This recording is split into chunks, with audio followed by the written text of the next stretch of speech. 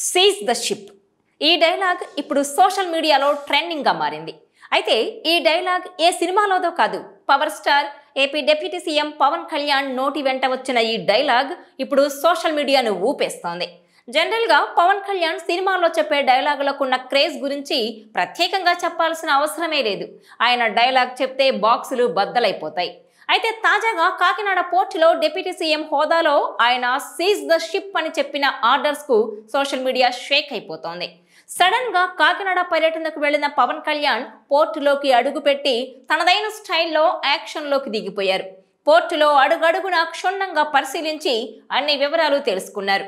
అయితే బియ్యం స్మగ్లింగ్ చేస్తున్న షిప్ దగ్గరకు వెళ్తున్న సమయంలో అధికారులు సహకరించకపోయినా పట్టు వీడలేదు పవన్. కాకినాడ పోర్టుకు పవన్ వెళ్లిన సమయంలో తుఫాను వాతావరణం ఉండడంతో సముద్రంలోకి వెళ్లడం మంచిది కాదంటూ అడ్డుకునేందుకు యత్నించారు అధికారులు. అయినప్పటికీ మరేం పర్లేదంటూ అల్లకల్లోలంగా ఉన్న సముద్రంలోకి ప్రత్యేక బోట్లో ఎగుమతికి సిద్ధంగా ఉన్న రేషన్ బియ్యం స్టాక్ ను తనిఖీ చేయడమే కాదు, షిప్ ను సీజ్ చేయాలంటూ ఆదేశాలు జారీ చేసిన వైనం ఇప్పుడు పెను సంచలనంగా మారింది. కాకినాడ యాంకరేజ్ పోర్టులోని ఒక బార్పీలో ఎగుమతికి సిద్ధంగా ఉన్న రేషన్ బియ్యాన్ని తనిఖీ చేశారు పవన్ కళ్యాణ్. ఈ సందర్భంగా అధికారుల తీరును తీవ్రంగా తప్పుబట్టారు. తుఫాను కారణంగా సముద్రం అల్లకల్లోలంగా ఉన్నప్పటికీ సాహసంతో 9 మైళ్లు ప్రయాణించి అక్రమంగా ఎగుమతవుతున్న నౌకలోకి వెళ్లి వేలాది టన్నుల రేషన్ బియ్యాన్ని పరిశీలించి షిప్ ను సీజ్ చేయాలని ఆదేశాలు జారీ చేశారు. పేదలకు చెందాల్సిన బియ్యాన్ని కాకినాడ పోర్టు కేంద్రంగా కొంతమంది అక్రమంగా విదేశాలకు తరలిస్తున్నారంటూ నిప్పులు చెరిగారు పవన్ కళ్యాణ్. స్థానిక ఎమ్మెల్యేతో పాటు అధికారులపైన ఫైర్ అయ్యారు. ప్రభుత్వం పేదల ఆకలి తీర్చడానికి బియ్యం ఉచితంగా అందిస్తోందని, ఇందుకోసం కిలోకు 43 రూపాయల 50 పైసలు ఖర్చవుతోందని, కానీ వాటిని ఆఫ్రికా దేశాల్లో కేజీ 70 రూపాయలకు అమ్ముకుంటూ అక్రమార్కులు కోట్లు గడిస్తున్నారని ఫైర్ అయ్యారు ఆయన. ఈ సందర్భంగా 640 టన్నుల రేషన్ బియ్యాన్ని కలిగి ఉన్న నౌకను సీజ్ చేయాలని అధికారులను ఆదేశించారు. ఆ టైంలో సీజ్ ద షిప్ అన్న మాటలు ఇప్పుడు వైరల్ అవుతున్నాయి. ఆ షిప్ సీజ్ చేస్తే ఏమైనా ఒత్తిళ్లొస్తే తాను కేంద్రంతో మాట్లాడతానని కూడా అధికారులకు పవన్ భరోసా ఇచ్చారు. కాకినాడ పోర్టులో పవన్ కళ్యాణ్ తనిఖీల వల్ల అక్కడ జరుగుతున్న వ్యవహారాలకు దేశవ్యాప్తంగా ఫోకస్ ఏర్పడింది. పవన్ కళ్యాణ్ అన్న సీజ్ ద షిప్ అన్న మాట ఇండియా వైడ్ గా ఇంతలా ట్రెండ్ అవడంతో పవన్ కళ్యాణ్ కున్న క్రేజ్ పైన కూడా విస్తృతంగా చర్చ జరుగుతోంది.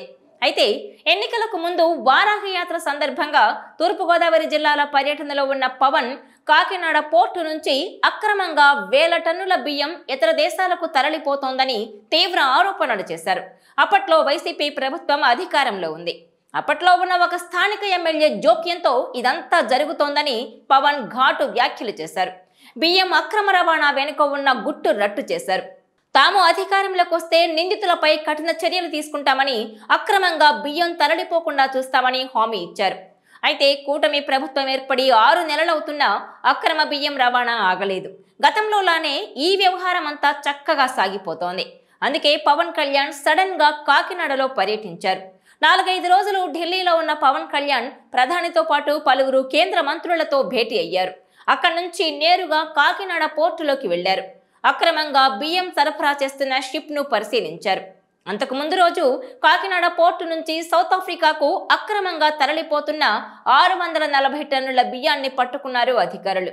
దీంతో ఈ అంశం మీదనే ఫోకస్ పెట్టిన పవన్ ఇది ఒక భాగం మాత్రమేనని, మొత్తం అవినీతి మూలాలు చాలా లోతుల్లో ఉన్నాయని, వాటి అంతు తేల్చకపోతే ఇది స్మగ్లింగ్ బియ్యంతో ఆగదని, ఏకంగా ఉగ్రవాదులే చొరబడి తీరం నుంచి దేశంలోకి వచ్చే ప్రమాదం ఉందన్నారు. డిప్యూటీ సీఎం అయిన తననే రావద్దు అని మెసేజ్లు పంపుతున్నారని, తాను ఈ తరహా అక్రమాల మీద కలుగజేసుకుంటే ఏకంగా 10,000 మంది ఉపాధి పోతుందని అంటున్నారని, ఇదెక్కడి దారుణమని ఆవేదన వ్యక్తం చేశారు ఆయన. ఇదిలా ఉంటే తాను కేంద్ర స్థాయిలో ఈ వ్యవహారానికి ముగింపు పలికేలా చూస్తానని, కేంద్ర హోంమంత్రి అమిత్ షాతోనే మాట్లాడతానని పవన్ చెప్పడాన్ని బట్టి చూస్తే ఆయన ఈ ఇష్యూలో ఎంత సీరియస్ గా ఉన్నారో అర్థమవుతోంది. ఇదిలా ఉంటే కాకినాడ పోర్టు నుంచి ఏకంగా ఎన్నో ఏళ్లుగా ఈ తరహా అవినీతి అక్రమాలు జరుగుతున్నాయి. అందువల్ల ఇక్కడ ప్రభుత్వాలతో పని లేదని, అంతా అలా జరిగిపోతుందని, ఎవరు అధికారంలో ఉన్నా కూడా బియ్యం అక్రమ రవాణా ఆగకపోవడానికి అదే కారణమని అంటున్నారు. దీంతో ఇప్పుడు కాకినాడ పోర్టులో అక్రమాలకు అడ్డుకట్ట వేస్తామని హెచ్చరించారు పవన్ కళ్యాణ్. ఈ ఇష్యూలో ఎంతటి పెద్దవాళ్ళున్నా సరే వదిలిపెట్టేదే లేదంటున్నారు. ఆయన చేసిన ఈ ప్రకటన ఇప్పుడు అక్రమార్కుల గుండెల్లో రైళ్లు పరిగెట్టిస్తోంది. పవన్ ధర్మాగ్రహం ఎవరి మీదకు తెస్తుందో అని అంతా హడలిపోతున్నారు. మరోవైపు పవన్ కళ్యాణ్ ఇలా అవినీతి ప్రక్షాళనకు నడుం బిగించటం మంచి పరిణామమేనని అంటున్నారు జనం. ఈ తరహా రాజకీయాన్ని ఎప్పుడూ చూడలేదని, పవన్ అవినీతిని సహించనని అనడమే కాదు ఆచరణలో కూడా చూపిస్తున్నారని ప్రశంసలు కురిపిస్తున్నారు. ఈ విషయంలో సక్సెస్ అయితే పవన్ ఇమేజ్ మరింతగా పెరగడం ఖాయమని అంటున్నారు. ఈ వీడియో మీకు నచ్చినట్లయితే please share, like and subscribe R24 Telugu.